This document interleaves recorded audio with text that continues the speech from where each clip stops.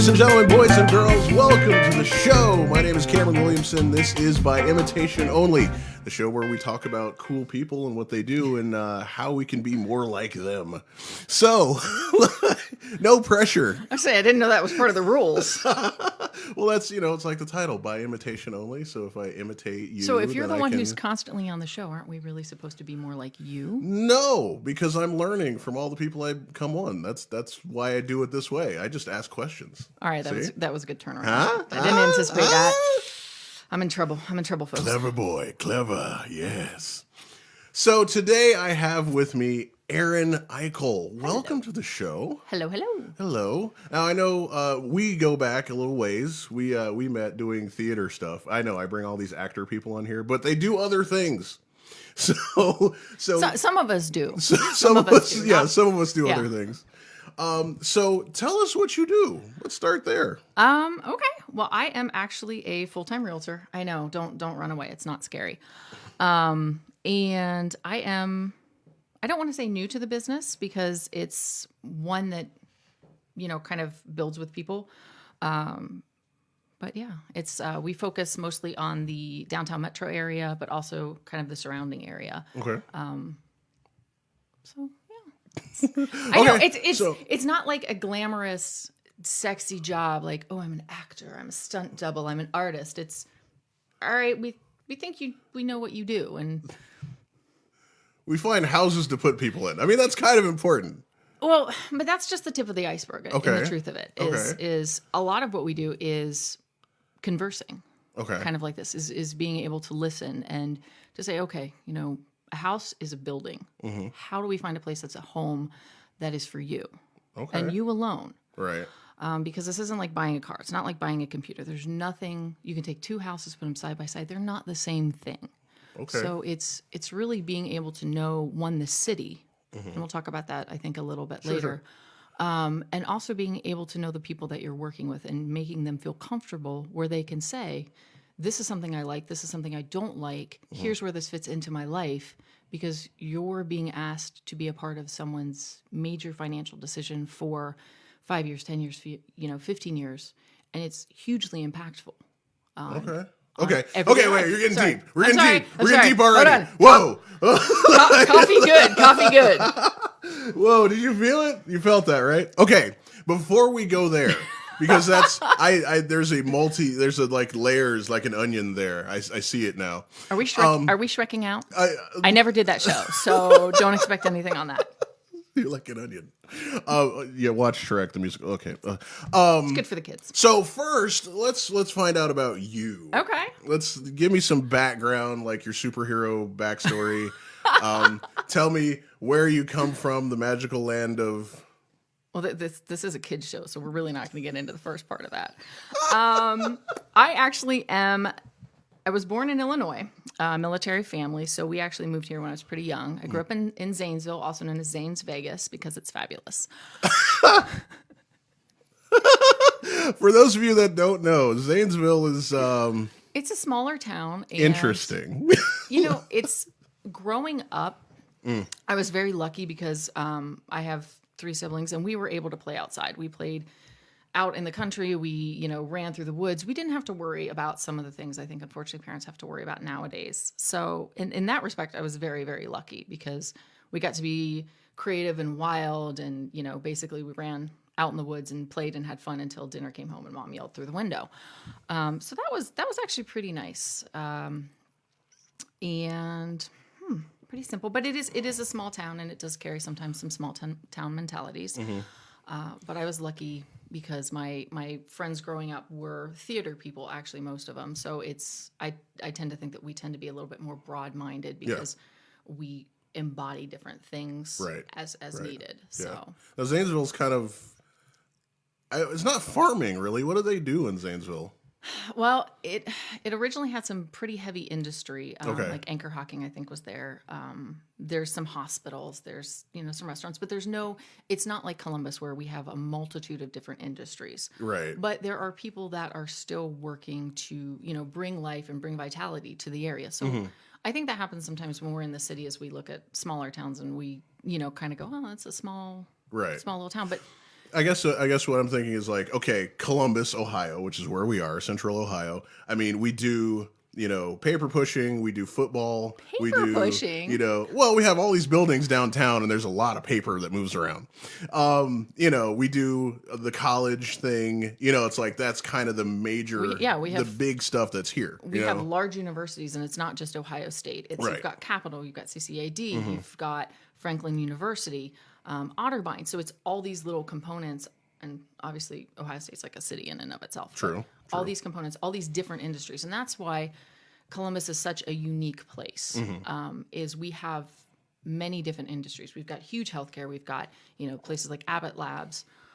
We've got Cover My Meds, which is a fantastic company that's come into downtown. We've got different building and contracting companies, Kaufman, which is doing some crazy work downtown. And, we have a lot of civic activities too as well. We've got the park system. We've got, Scioto Mile. So we're very multifaceted. Right. I call us a small, big city. We're we're very much a small, big city. We are. We're kind of a gem. And we're kind of a gem. Well, we are obviously a gem. But the secret's out on us, right? Okay, what? The Columbus secret is out. Oh, sure, totally. Oh, yeah. Yeah. I mean, we're a tester city for everything. People just show up and like, hey, we're going to do stuff. There's a lot of stuff going on. Yeah, we do that here, which is kind of cool. But that brings me back to the Zanesville thing. Okay. Like, what do they do? Like, I have like in-laws in Zanesville, so I've been there like maybe 3 times, but I don't know. The last time I was there, I had an in-law skinning a rabbit. I was like, oh, okay, that's what we do in Zanesville, I guess. I don't know. Well, and truth of the matter is, I mean, I haven't really gone back to that town. Nothing wrong with skinning a rabbit, by the way. Rabbit's awesome. It's delicious. If you're into that. If you're not, cool. Yeah. But I really haven't been back since high school. So what I remember, my viewpoint is a little bit nostalgic. Like I go back to visit, family, but I don't live there. Yeah. So it's a little bit harder for me to speak to. I know what I have, friends that are still there, what they're trying to do in the area. And that's, set up restaurants, set up breweries, things like that. They get people to stay in an area, get people to want to be there. But Zanesville's also good in a way because it's a feeder for Columbus. Like if the cost of living is too high, or you want to live in an area that has more land, then oftentimes people will commute to Columbus to work. Right. Okay. Because there's a lot of different opportunity here. Cool. Cool. All right. So we grew up in Zanesville, and then you discovered your superpowers. Well, superpowers are always with us. It's just finding the key. Oh yeah, it was discovering them. So you left Zanesville to do what? You're really building this up. I am. I don't really think I have any superpowers, but you do. Of course you do. We'll find them together. Excelsior. Wow. It's just coffee, I swear. It's just coffee. No, I did what a lot of kids do. I went to college. I went to OU, so I'm a Bobcat, not a Buckeye. Sorry, guys. What? I went to Ohio State. It's okay. You can't help that. I was going to say I forgive you, but it's okay. No, it's okay. My sister went to Ohio State, so OU's awesome. Yeah. Continue. It is different. It's a picturesque city. It's again an isolated idea. You're surrounded by hills and just this unique little ecosystem of a college. So I originally went into broadcast journalism. Hey! And kind of found out I sound like a Muppet. So you're totally going to start a real estate podcast now, right? No. You totally need to do that. Like, I know I'm coming so many people. I'm coming way off the script. No, I'm serious. I'm so serious. Like, that's huge. Huge. You even have the background for it already? Oh my God. Well, I didn't. To quote our president, huge. Huge. It was. I wasn't there for a bigly time. Okay.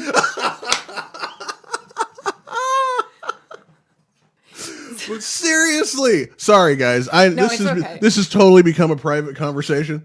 But you need to start a podcast. Yes. Well, we can talk about that. Yes. Because I am very bad on the social media aspect of real estate. You hire somebody for that. Gee, who would I hire? Just get in front of microphone. You tell people about your experiences with real estate, like how you find, like all the stuff that you said already. That's like 3 episodes. Oh, okay. It's so good. Well, it's a little intimidating. Is to be like sit here and talk and hope you provide value. Well, but that, I mean, come on. And not like, be trolled. But no seriously. Trolling. Well, you'll probably find that, but it's whatever. I'm just saying, like, just what you said before, like the fact that like you actually have some thought process in helping people find a house. I do. Is a big deal. Okay. Like, that's a big deal. All right. Because, like, to me, I mean, I'm outside of it. I think you go, well, there's a house. You like that one? Did we just find superpowers? Hey, see? Told you. I'm not wearing a leotard. Not gonna happen. Totally. That's episode 2. But yeah, seriously though, it's like the people that are in the market are going to assume that you say, well, here's a list of houses. Do you like that one? How about that one? Well, and that's, we can kind of talk about how it actually works in real life. It's not HGTV, just kind of as precursor.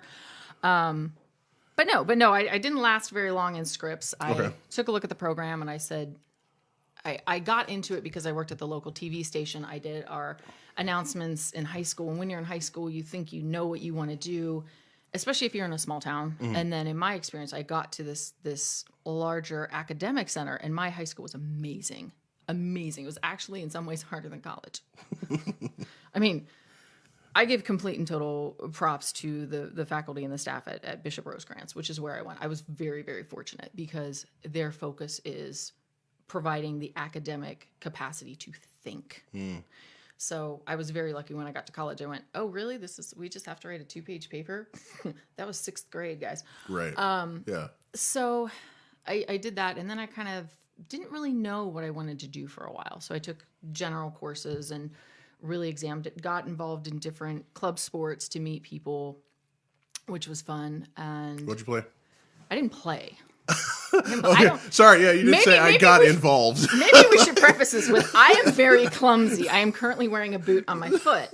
I cannot walk and chew gum at the same time, but I can drink coffee. This is a lifeblood of most realtors, just so you know. But I actually joined a boxing club. Okay. I know. Okay. And then I joined a martial arts club. Nice. Also good. And I did that for several years. Cool. Which is really fun because it's you kind of have an immediate family. Yeah. Is when totally. you work and you sweat and you bleed and you get to know someone, you have to be very comfortable with them. And it's also very good, and I highly recommend it for young ladies and young men too as well, because it builds your confidence. Mm-hmm. Especially, unfortunately, in today's society, is you need to be aware. And that's what it did for me, is it taught me awareness. And I'm lucky I'm a bigger female. So there's a whole component of that. Well, that also ties into real estate. But then I did some work in, I guess, pre-med, precursor classes. Yeah. So general for pre-med. General for pre-med, because you really don't make a distinction because in medical versus veterinary science, and I wanted to go into veterinary science. Okay. And then this thing called OChem happened. Organic chemistry. No. Took that train right off the tracks. Not happening? Not happening. Gave it my most valiant effort. Fail. So I just kind of fluked into a program in the business school, which was Management Information Systems, which was a fledgling program at the time. So it wasn't computer science. Okay. But it's kind of the intercursor between coding and business. Ah, so interesting. Yeah. So it's light coding work. I'm not a coder. Right. I'm not geared that way, but I have respect for it, and I can do a light version of it. But we kind of act as we were trained to kind of act as translators, be able to solve problems and relay those problems both into the technical speak and then the business side of it. Okay. So that's actually was my degree. So it's like IT with interpersonal communication. Yes. Hey, there we go. Got it. All right. So we nerds speak. Yeah, that's good. That's good. Well, actually, we just had a lady on, Eileen Latrell. I want to get a hold of her. Sorry, Elaine Latrell. I just said Eileen. Elaine Grogan Latrell. I tried so hard to get that name right, and I still messed it up. She's awesome, right? She was fantastic. She was absolutely fantastic. Yeah, she saw that episode. I did. And I'm excited really she's good. Coming to the Foundry. So. Yes, cool. Right on. Idea Foundry, if you are local, Columbus, Ohio, Idea Foundry, Awesome. I If you're talked a not little bit local, about yeah. me making pins. That's where I learned. So check out You should Idea have come Foundry. up and It's stopped very, by and very seen cool. me. I had already done my lessons before you were there. That's where your office is now, right? No. Is that no? We Oh. were there when it first opened. Oh, okay. We're actually somewhere different now. So you should have come up to see me. You have to update your social media. I'm just going off of your Facebook here. No, that's actually accurate. It just the Yeah, physical you just moved it. location just Okay, changed. gotcha. But yeah, Idea Foundry. Awesome place. If you don't live here, make it a weekend trip. Yeah, totally worth it. Cool. Totally worth it. You can learn how to forge swords. I'm just saying. Yeah, Whatever. That's for real. Yeah. No joke. It's actually legitimate. So we Anyhow. were translating nerd speak to normal speak, and then what? And then I graduated and reality sets in and you're like, what do you want to do?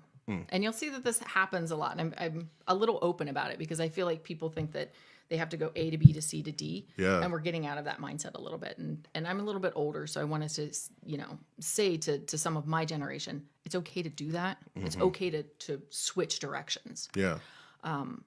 Because you'll realize your life goals usually change a little bit. Your perspective changes. And there's ways to find to satisfy that. So I actually wound up working. This is really shocking. I wound up back in the medical side of things. Okay. Because during high school, my dad's a PCP, primary care physician. He's now retired. And I went from, filling in answering phones to managing his practice and doing insurance billing. So I was in healthcare for about 20 years. Wow. So I've kind of seen and done everything, Everything? from Yeah. from the inception of insurance, which was basically Medicare, Medicaid, and I have a different term for it, but since this is a family show, is hey, I got hit by a bus plans, which is what it started out as, all the way up to the current system. So yeah, I've definitely have some viewpoints on that. Through all the transition stuff, all the transition stuff, the good, the bad, the ugly. Yeah, and there's a lot of discussion that needs to happen because I think there's a lot of misinformation about how the systems actually work when you get from the inside and you look out on it. Right. And I look at it both as a patient, because everyone should be a patient. You should have a primary care doctor minimum, and also as a service support professional. So. Yeah, so I wound up working for, in my opinion, one of the best surgeons in Columbus, Dr. Greg Holland. He is truly an artist. We would do, our focus was reconstruction and plastic surgery, specializing in skin cancer removals and also your typical slew of plastic surgery. And this was right around when Dr. 90210 or whatever that show was, Yeah, that all that god-awful stuff. thing. Yeah. When I started, which just aged me. Yeah, I was gonna say the cosmetic surgery as a The career swan style. and all that stuff. Yeah. Oh yeah. Oh yeah. You saw I that? remember that show. Remember that train wreck? Yeah. Anyway. It was. What's the one that's on now? Where they like fix all the bad cosmetic surgery. Oh. Oh, I don't remember. Oh, it has Dr. Dubrow on it. Yeah. I totally watch that show. I do. It's the you'll just look it up. But it's not that. The Swan was like, we're actually going to totally change your face so you look good. Your face. They would do the whole body. Well, And yeah. they would do these multiple procedures that no sane person should. Again, I'm not a doctor, clearly. Just your body can only take so much. But Right. it was your value is only determined by what you look like. Yeah, it was pretty bad. It was kind of awful. Yeah. So no, and what I liked about this doctor is it was, we were focused on the individual. We were dealing with people that may have just found out some of the most terrifying news that they've ever heard is Right. you have cancer. Right. You have cancer that as a woman is going to take possibly part of your feminine identity. Right. And now you have to make some really tough decisions quite quickly. Mm-hmm. And these aren't fast decisions. Right. For mastectomies, these can be multiple year to get the end result. And there are complications. It is Right. It is kind of terrifying. So Yeah, and all the psychological stuff that goes along with yeah. it. Oh, It's yeah. not just a procedure. It's you not- know? It's and not that's- just it's not getting a wart removed. exactly. It's like that's totally different. Your world is shaken. And it's very humbling. It's very humbling to be a part of that and to say, how can I be a small part of this person's journey where they feel like someone is supporting them. I'm gonna get all choked up. Well, no, like it's heavy duty stuff. Sure. And you don't think about it when you're like, oh, because people be like, oh, you work for a plastic surgeon. So what'd you have done? And I'm like, I have a lot of stress going on. I deal with insurers. I'm stressed. Yeah. And all the super great things that they did to people. Anyway, but no, I mean, you're being asked and you're allowed to be a part of what is a very personal moment for people. And even something as simple as you have a basal cell carcinoma. Well, someone is still telling you have cancer. Right. We can fix it, but that the big C word is very scary. But, yeah, definitely. And we did a lot of breast reductions. And it was really nice to see that pain and that pressure alleviated for women and being able to see them really kind of bloom. Mm-hmm. So yeah, I did that for about 11 years. That's a lot of years. I know.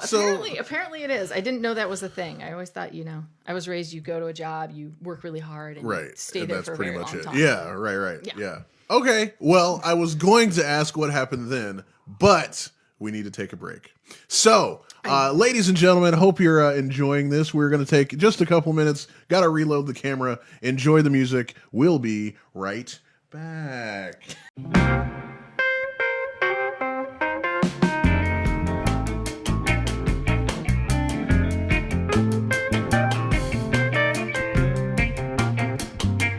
Okay, folks, we're back. Sorry about that. We had a little bit of a technical difficulty. As you can see, we have a completely different camera now. Yay! Yeah, I always keep a backup. That's smart. Yeah, well, this is the old camera. This is the show. This is one we started with the show, and then I got a cool one because I'm like, yeah, that's going to be way better. Sure. It's vintage. Yes. Well, we were talking about cosmetic surgery and how much you love that. So... sound like no. I also told him I break things, so I did not touch anything. Yeah, like your foot. Like, what's up with that? What happened? What'd you do? Okay, so this is a good story about how osmosis does not work in professional knowledge. Okay. Which is a fancy way of saying just because you work for a doctor does not mean you think you are a doctor. About 3 years ago, actually, I stepped off a curve. And I had just gone to the Schmidt's food truck. So, all right. Stepped off a curve, rolled my ankle pretty well. I saved my cream puff and my Schmidt's sausage, though. So those are like priorities, guys. I mean, if you don't know, go to Schmidt's Sausage House or go to a festival because the food trucks are. And I didn't really think about it because I've sprained my ankle before. Like I said, I've done martial arts. You just kind of go, you're fine, whatever, just fine. So I did the RICE, rest, ice, elevation, compression. Put it in a boot that already had, because again, I'm klutzy. Come to find a couple years later, my foot hurts really bad. It's to the point where I can't run anymore because I used to do half marathons. I know, it's funny. Trust, I actually did them. I have the medals to prove it. Found out that I probably broke my foot. Years ago. And had I actually gone to a doctor, instead of thinking I could treat it myself, I wouldn't have to wear a boot for a couple of weeks to hope that the little metatarsals will settle back into position. Now I also have arthritis, apparently. Oh, fun. Yeah, that's great. So the lesson is trust a professional. Don't think because WebMD says that you're good, it is not a substitution. Yes, if I went to WebMD, I'd be pregnant, I think. And dying. Because everyone is dying on WebMD. Oh, yeah, totally. So, yeah. So you were doing management and IT and translation and cosmetic surgery. Yep. And I actually worked in those because I actually set up the electronic charting software. So when your doctor goes in and types in all gets that, gets all your info, which is all then correlated and sent out to any hospital system or system that it actually works with. And there's just different systems that talk to each other through the network. It also goes to your insurance biller. It does all that fun stuff. So everything that your doctor is doing in your office, your office visit, is actually populating those fields and sending out. So I actually set up our system on that for the private physician.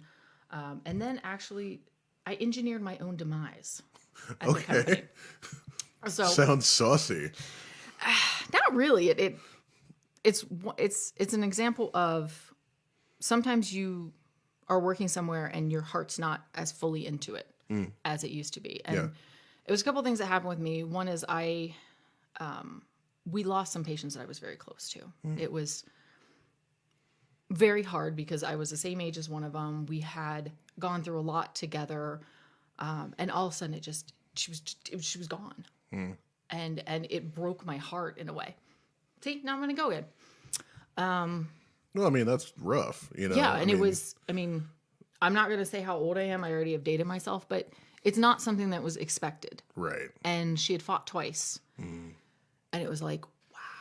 And it made me kind of take stock of things. And I was going through, unfortunately, what is it, 40 or 60% of us go through. I was going through a divorce.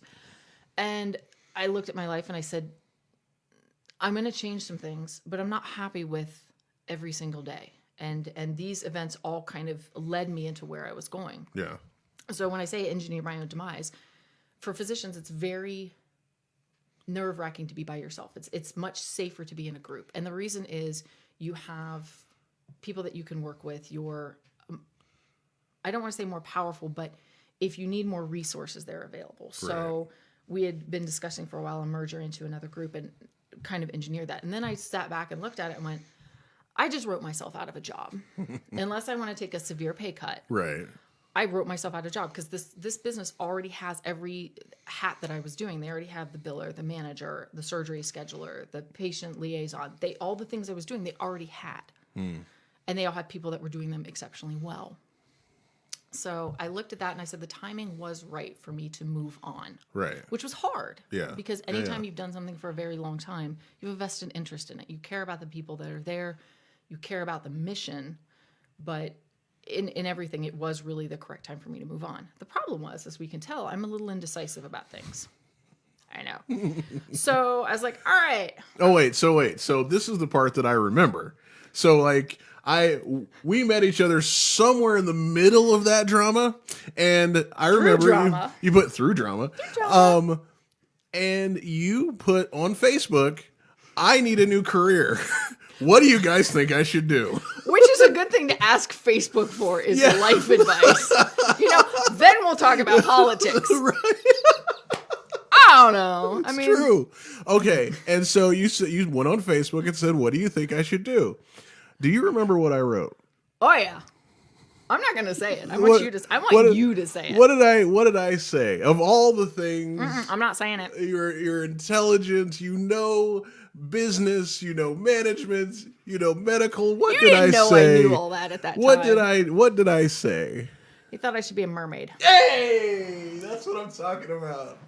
I think he forgets we're in Ohio. You should be a mermaid. It was right. I was totally right. Okay. See, I can see these things. Now, if you don't know, they have like theme parks and stuff where they have mermaids, right? They have people in mermaid costume and they swim around and do shows and stuff like that. I am a swimmer, but it was like... And I didn't even know that. See, I didn't even know that. That proves that I was right. Except for the fact that I don't do three things. I don't deal with three things. Heights, electricity, because it can kill you, and sharks. So... Well, they don't put sharks with How do you know? Maybe they got a mermaid shark expo. That's like your requirement. Can you hold your breath for 3 minutes and swim with a shark? Welcome to the Mermaid Shark Stunt Spectacular. That's mine. Actually, that's copyrighted. You can't do it. You can't do it. You can't do it. I'm going to ride a megalodon. Bring it on. That's right. That would be perfect. That would be perfect. You have the swimming skills. You got the hair. We're done. Let's go. All about the hair. Yeah. See? Do you remember when I shaved my head? I did. Cut my hair super short. Do you remember why? I don't. Was it? Oh wait. Hold on. I think I know why. But if I'm wrong, then that's gonna be like, oh goodness. Was it a charity thing? It was a charity. Okay, cool. It was a charity thing. It was for St. Baldrick. So if you don't know about that organization, I suggest looking into it. Okay. The deal was if I got $5,000, I would shave my head. Like that. Because it's a charity that raises money for kids with cancer and kids that lose their hair. Mm-hmm. And it also helps to show the kids that bald is beautiful. Right. And I know. It helps to normalize that because that can be very, again, dramatic. Right. But I didn't get the $5,000, so I just went like super short and cut it all off and donated it. Mm-hmm. But yeah, which is also cool. I had a rockin' mohawk at the time. I remember that. So instead of being a mermaid and being in the Stunt Spectacular, You decided to go into real estate. Actually, I did a few things before that. What did you do before that? I went back to coding, found out, no, I have a temper, and that's not good for coding. When you have to build a product and you're like, this doesn't work. and the syntaxes had changed a bit. You know, it'd been a while since I'd done it. Since DOS.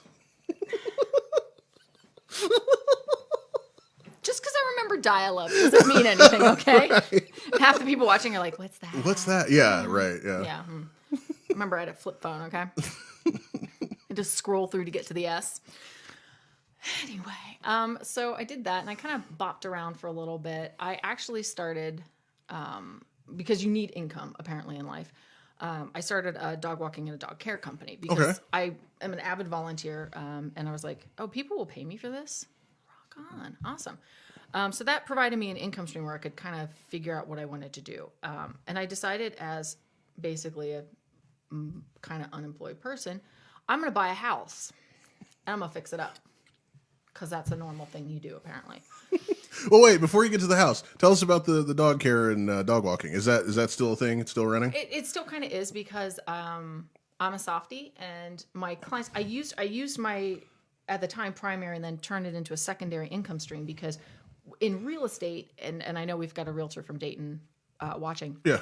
It's a very hard industry, and it's a very cyclical industry. So one month you might do really awesome and you're like, I'm so cool. And the next month, everything just doesn't work and you've got no income coming in. Right. And it is very competitive. There are over 8,000 agents in Columbus, more churn out. And we have a high fail rate. We have, depending on the stats, between 80 and 90% that fail within 2 years. So we have a lot of people that do it full-time. We have people that do it part-time. So I was able to, I'm a cautious person by nature. I know it doesn't seem that way. I'm also kind of shy. It's different when you put a camera out there. Okay, see, now you're just lying. No, I am. I'm actually an introvert. I'm not like that person that walks up Well, and yeah, but I'm an introvert too, but I'm not shy. Well, there's a difference between like this is a show and being like one-on-one with someone when you're like, I guess. you know, I'm not that person who's like, here's my card, I'm so cool and whatever. It's Now networking I hate. No, I can't stand that. I'm so bad. I'm so bad at it, and I'm just like, I want to talk to you as a person, right? Not be like, let's talk about push myself things. on you. Yeah, instead of like, hi, what's your name? Cool, take my card. Yeah, like, just my card. My yeah, people are like, I walk in with like 20 cards, I handed them all out. I'm like, yeah, but who did you actually talk to? Right. Because I can tell you that guy right there, his daughter is. And, you know, she's a softball player at the high school, and she's like really excited because she's going to be going here. That to me is more worth it than like, I got rid of my cards. Right. Just trying to spin the conversation so you can hand your card out. Hate that. Well, I think if you tell someone what you do and you're authentic about it, and someone needs your services, because that's really, we'll get into sales versus services. Yeah. People will say, okay, I can talk to this person. I feel like maybe we could gel well. Work on something. And, you know, a potentially incredibly intensive situation that you're going to be in for a couple months. Because, you know, little detail, it's sort of a high-pressure situation sometimes. Kind of an important decision, so. Yeah. You know, maybe. But I totally feel you. Although the trick I learned, I think this is a Gary Vaynerchuk deal, is instead of going to like networking things, go to like seminars. So like you're gathered around that information. Yeah.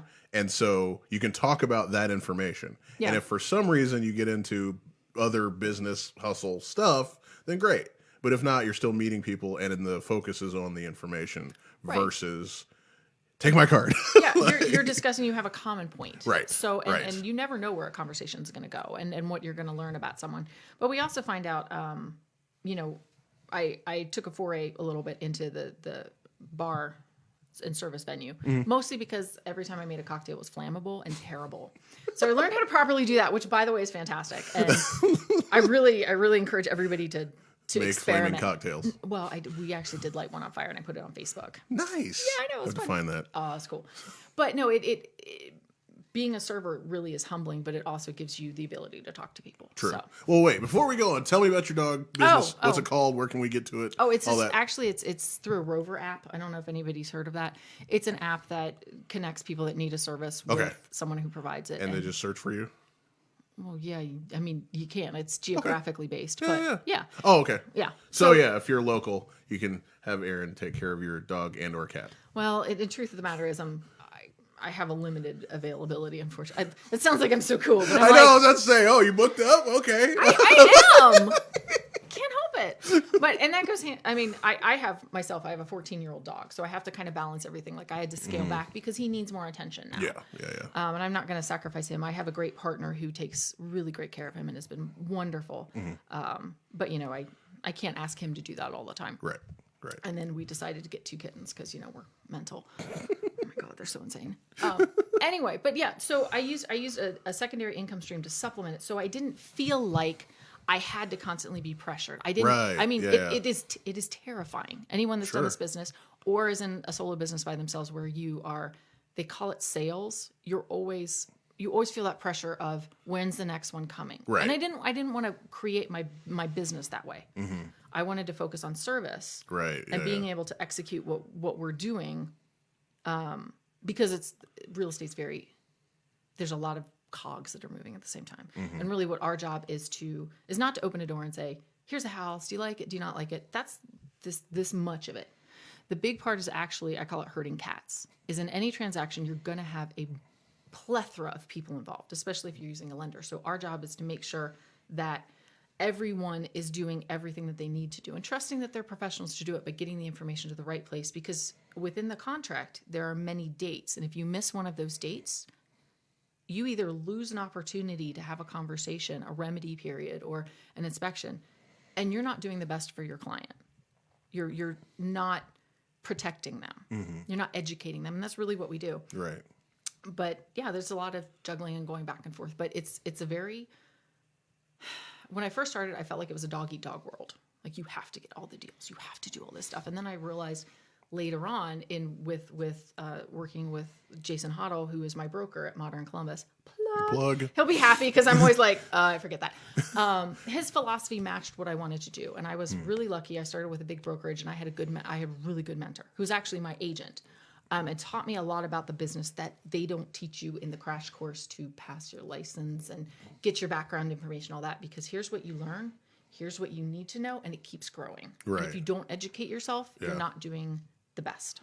So are you talking like legal contracts, that kind of deal? Or is it more like personal stuff, or like what is the scope of necessary information? I'll put it that way. Everything. Okay. Well, we're not lawyers. Right. We're not lenders. We're not home inspectors. Right. And you have to have respect for those professions. But you also need to know the meat of what you're doing. You have to take a lay person and say, okay, you know, here's the contract, here's how it goes. I'm not interpreting a contract, I'm not writing legal language. Right. If you have questions, here's a resource, here's a legal resource. You know, but here's why these parts of the contract are important. Here's why a home inspection is important. And if you do it, highly recommend. Get a home inspection. Because if you look at something and you're like, oh, it's shiny. Right. Like it's renovated and I love it, whatever.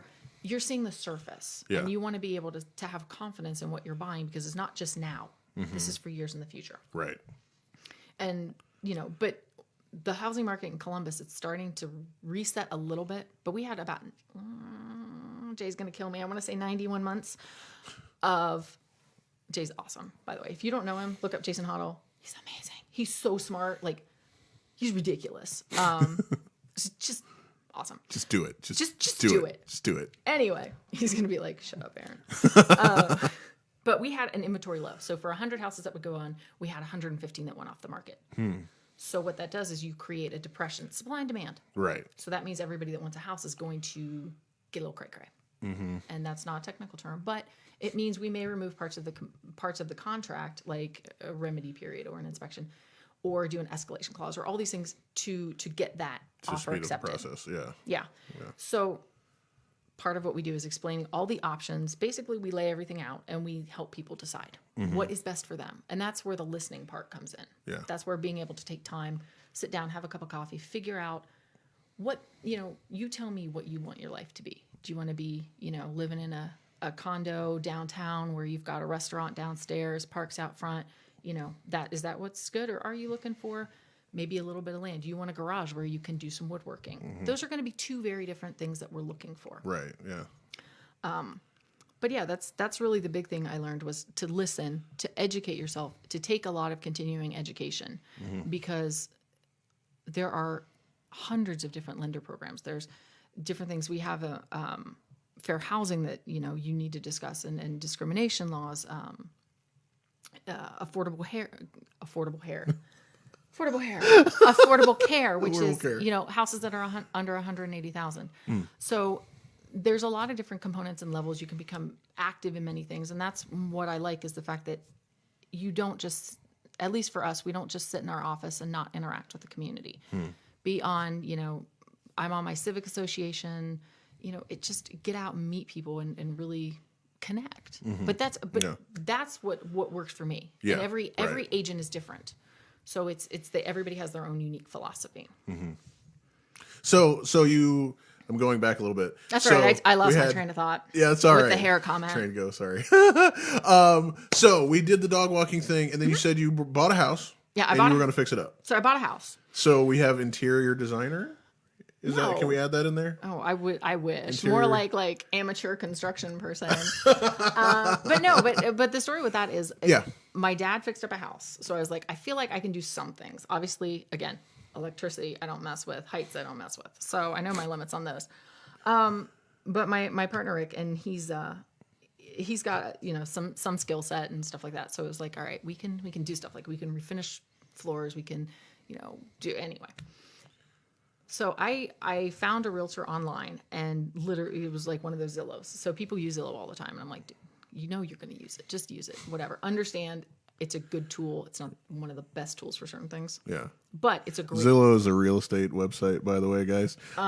Gives you pricing, sort of. Everyone knows what Zillow is. Hey, I don't know. They may not know.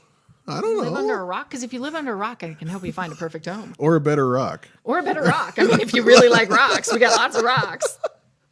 It's a website for real estate. Gives you basic information for properties and stuff like that. Yes. Go.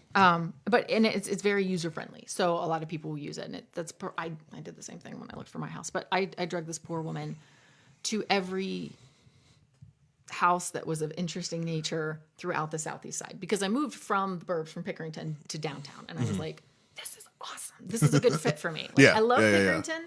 It's an amazing place, which is sort of suburban and but it's suburban. But I'm like, it's downtown. This is something totally different for me. Yeah. And I wound up settling on a house in Eastgate, which Eastgate is a really awesome. Have you ever heard of Eastgate? I've heard of Eastgate. Yeah, it's fantastic. It's pretty good. Pretty good. Now wait, now was that what? It's pretty good. It's amazing. Well, okay, it's amazing, guys. Oh my goodness, I saw pictures on Pinterest. It was so. I mean, it's this cute little. Oh my goodness.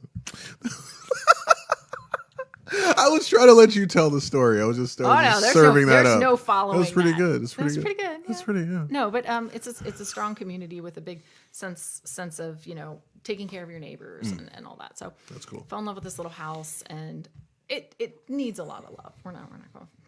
Needs a lot of love, but it was perfect for us. How old is that neighborhood? It was originally founded around the 1900s. It started off as a mill on the river. Yeah. And started off with your big family house, and then slowly built up from there. But brief history. It was actually designed to kind of mimic Shaker Heights and some very fancy neighborhoods in Cleveland. Okay. So the neighborhood is actually designed like a park. The big curving roads, green space.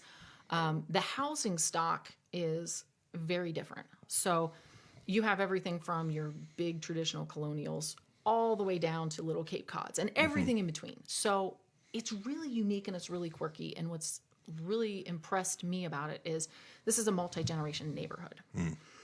And it has an amazing history. We had 8 Tuskegee Airmen that lived in this neighborhood. Chick Hartley's from this neighborhood that Hartley Field is named after. So it has this amazing, amazing history. And when I say multi-generation families, I mean like grandma lived here, mom lived here, the granddaughters lived here, or grandsons or whatever.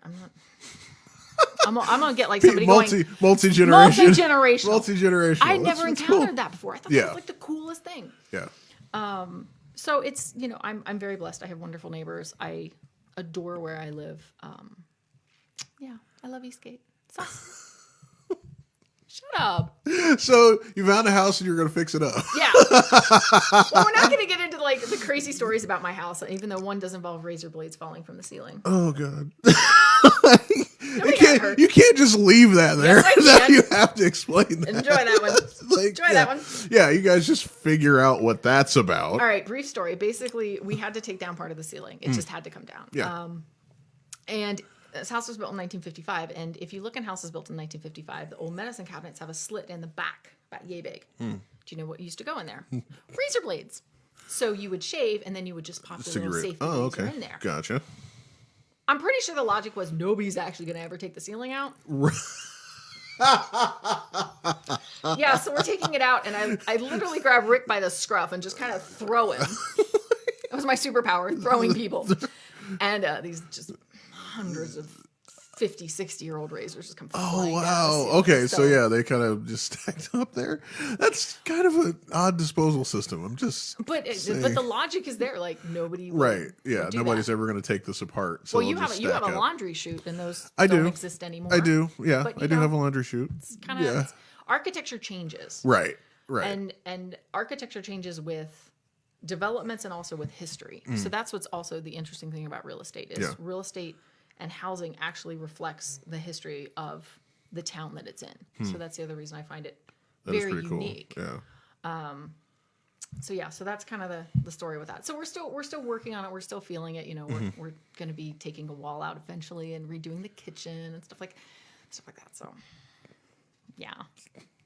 I don't know. Sorry, I'm just letting the girly moment happen here. Just go ahead. We're gonna change out the cabinet. It's gonna be so cute. That's why cabinets, and then it's gonna be so cute. Oh my goodness. You do that better than I do. I like to remind you it's 10 o'clock in the morning. Hey, it is still early, isn't it? It's still early. We had a lot of coffee. I had a lot of coffee. I've only had 2 cups. I only have like 3 or 4 right now. But okay, so getting on to like current events. CC. Real estate. So what are some things that people need to know?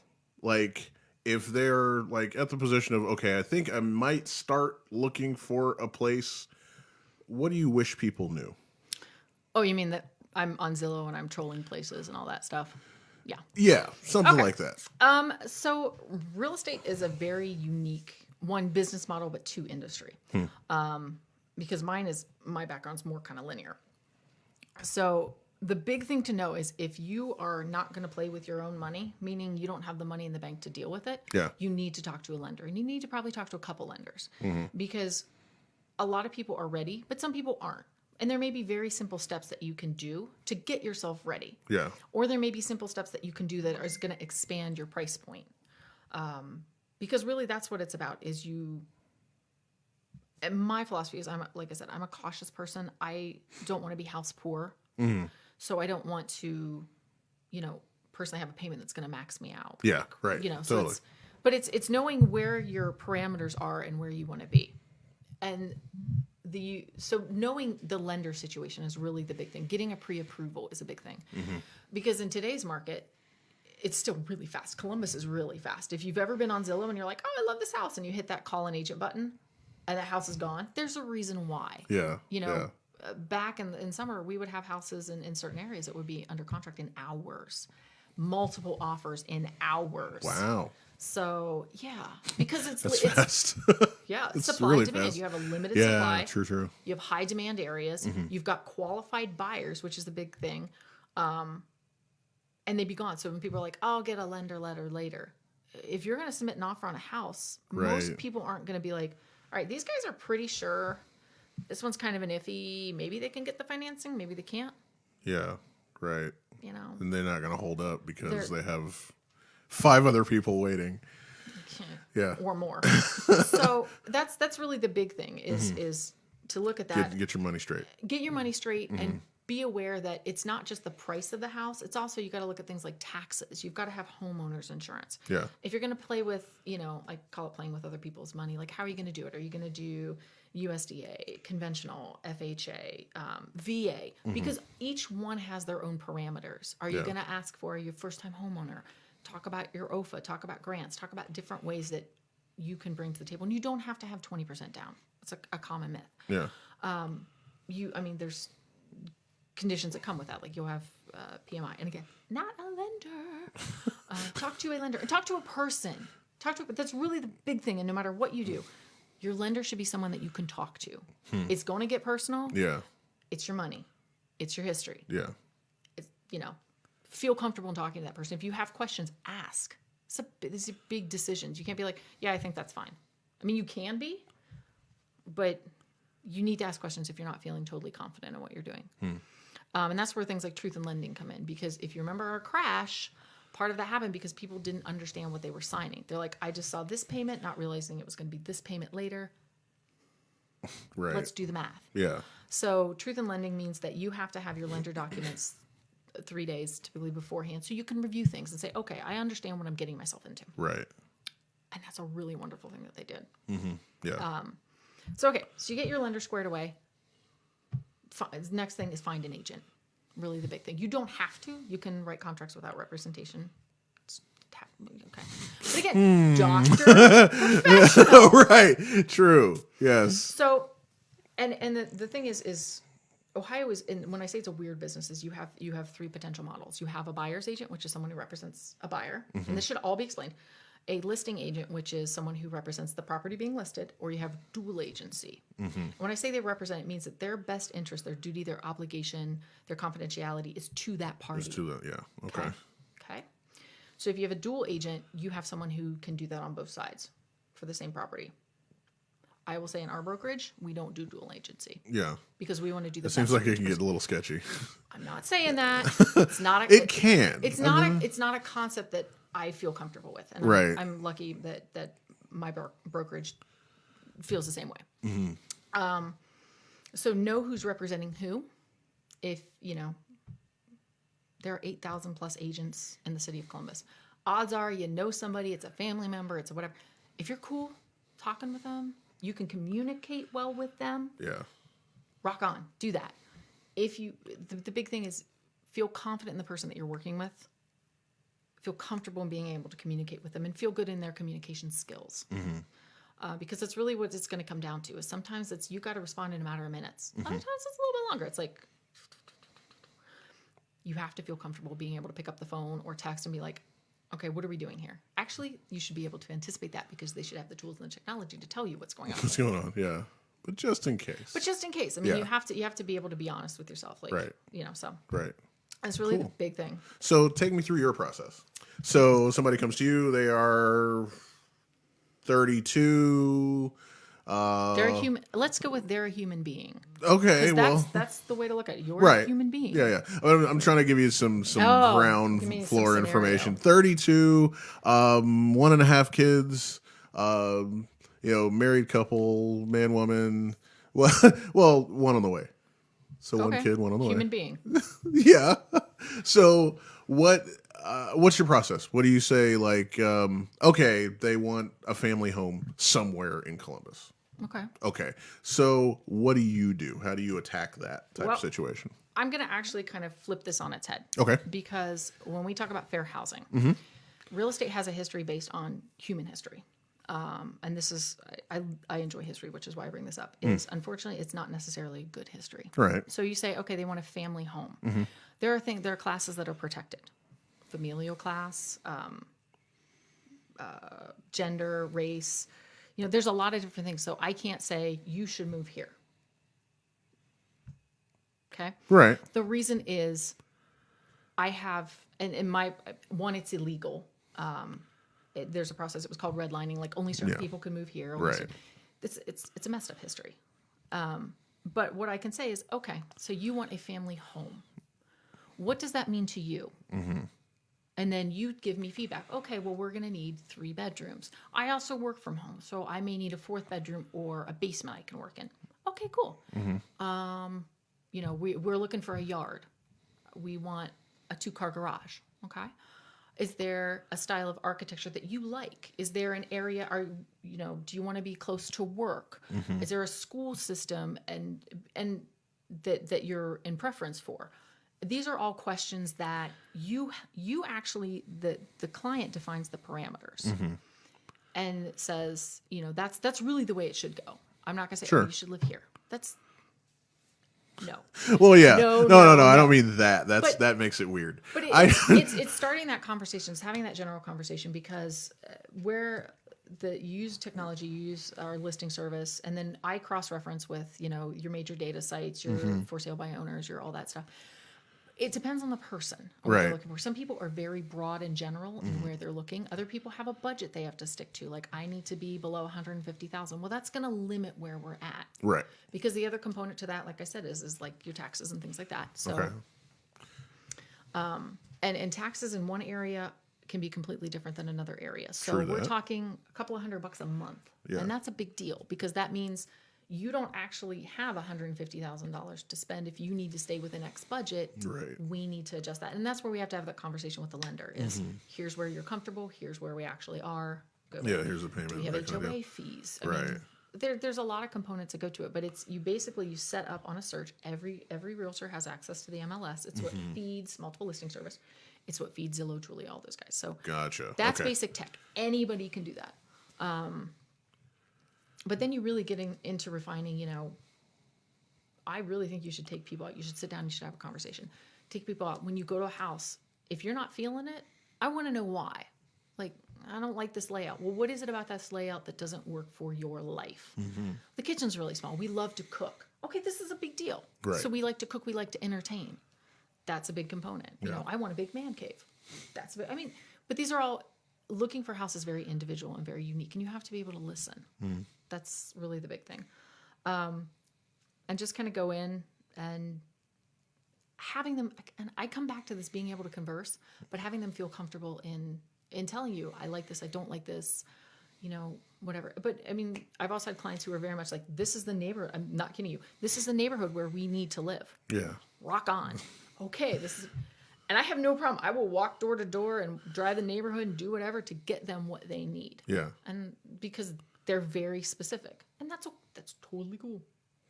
So, like I said, it's a very individual process, and finding it is sometimes the hard part, sometimes the easy part.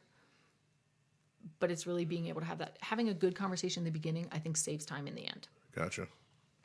Very cool. Very I cool. know it's not quantifiable, but then then after we get the contract, we go through all that good stuff. Then we have electronic timeline tracking, so it will tell you when things are coming due. We do communication via different formats that allows you to know what's coming on. We have checklists internally that allow us to really make sure that we're hitting all the marks. We're not losing anything. That's all the back. Very cool. That's Yeah. all the back end non-glamorous stuff that I enjoy. But you that's shouldn't good, though. have to see that. Well, as the right. client. Well, You should yeah. just be like, It's that's the sausage. Nobody know. wants to see how the sausage is made. But So you've never heard that? I have now. Nobody wants to see how the sausage is made. Like, sausage is good, but nobody wants to actually see the process. But I thought it was good. That's very good. That's the thing. We want to know about your mindset, like you going in and saying, okay, look, let's get all this background stuff together, and then I can, translate that, put that into an actual building, and say, I think this is something you would enjoy. Well, and here's a variety of options. Right. Yeah, no, Totally. and I'm That's never very going to be cool. like, here you go. But That's the one. That's it. and No, the other thing you're is- getting this one. Is like being involved in the communities. We have an idea of what's possibly coming on the market, projects that are developing. So Yeah. it's a little bit anticipatory, but it's, if you have an idea of things that are going on in the community, you can actually kind of see the general forecast of an area. Gotcha. And real estate's very speculative. There's nothing for sure in this business. But it's, if you have an idea, if you see business coming in, projects that are developing, like Scioto Mile, for instance. I love Scioto Mile. But do you remember what that was before? I don't actually. It was basically a riverbed with Yeah. the little auditorium, and nobody And it was stayed it. there. Yeah. But in doing that one civic program, it has transformed downtown because people now come down, they walk the mile during evenings and weekends, which didn't used to happen. So Right. now people Yeah. are staying here because they have a reason. They have a community. That's cool. Yeah. All right, so let's get all your social media stuff. How can people get in touch with you? Give me all that info, and we're gonna put it down here. I'm so bad lower about the thirds. social It's gonna be media. great. The big thing is moderncolumbus.com. Okay. Mostly because I am terrible at social media. See, i.e. podcast. And we have at modcbus.com, we have all those guys as well. Or you can just stop by the Cova co-working space across from Engine House 10 behind Bottoms Up Coffee, and I'll be happy to show you around and show. Where else? I should mention, we're in Franklinton. If you haven't been to Franklinton recently, if you like artists, We've already mentioned Columbus Idea Foundry. Yes, There's totally. 400 West Rich Street. There's the Gravity Building that's going in. If you haven't been downtown recently, go downtown. Do that. It is so cool. Yeah, there's a lot going on. There's a and how lot do we get in touch with you? We have your Facebook. You're on Yeah. Facebook. What else? And you have Instagram, right? Yeah. Yeah. Oh, yeah, we're putting it out there like that. Facebook, Instagram, what else you got? Those are really the big Those ones that ones? I use. Okay. Yeah. Twitter? I mean, you have a Twitter? No. No, I don't think anybody wants to really hear from me. Of course they do. I'm telling you, all right. this stuff that you're telling But me. I have your Zillow profile, your all that stuff. Got that stuff. Yeah. But yeah, I mean that's really Yeah. Okay. So let's get with Erin Eichel on Facebook if you need a house in the Columbus area. If you're outside of Columbus area, she'll still talk to you about stuff.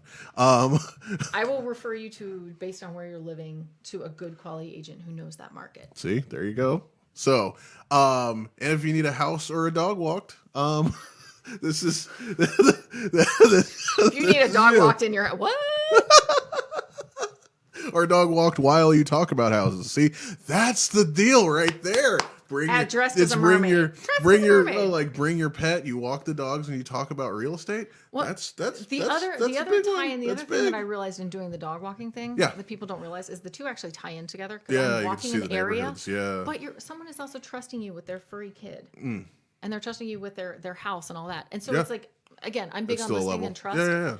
So it's conversation. Oh, and the other thing I want to mention too, and this is, I'm a total nerd on this, but I think everyone should try and do better with whatever they do and help something else. And there's some smart person who said our measure of society is based on how we treat our those that cannot defend themselves. So, and this is not like you should use me thing, but I decided when my dog turned 14 and I bought every house that I did for my pets is I wanted to open not just doors for people, but cages as well. So every adoption that we do, strike that, reverse it. Every closing that I have, we help to sponsor adoptions. Okay. So for me, it's kind of like I'm a big animal person. Yeah. But it's like that's what made my house a home. Or my fluffy kids. So that's actually what I'm going to do next. Is I'm going to be headed up somewhere to sponsor some adoptions. Sweet. I know. Very, very cool. But do you have like a website for that or anything? No. I do it. Okay, we got to get you together. Because I'm busy helping people. Yeah, just saying. I'm not self-promoting. Need to get you on a podcast, get you a website up, get you some good social media. Oh, it's going to be great, guys. It's going to be great. I have so many ideas. It's going to be so amazing. Guys, thank you so much for coming by to see the show. It's been amazing. Thank you for dealing with our technical difficulties. We'll make sure and get that ironed out before the next time we're on. Erin Eichel, thank you so much for being here. Well, thank you so much. It's been a great time. You can find all the By Imitation Only stuff all over social media. We got Twitter and Snapchat and Facebook and all that fun stuff. We're also on YouTube. Make sure you subscribe on YouTube. Give us some reviews and all that kind of fun stuff. We will see you next time. Later.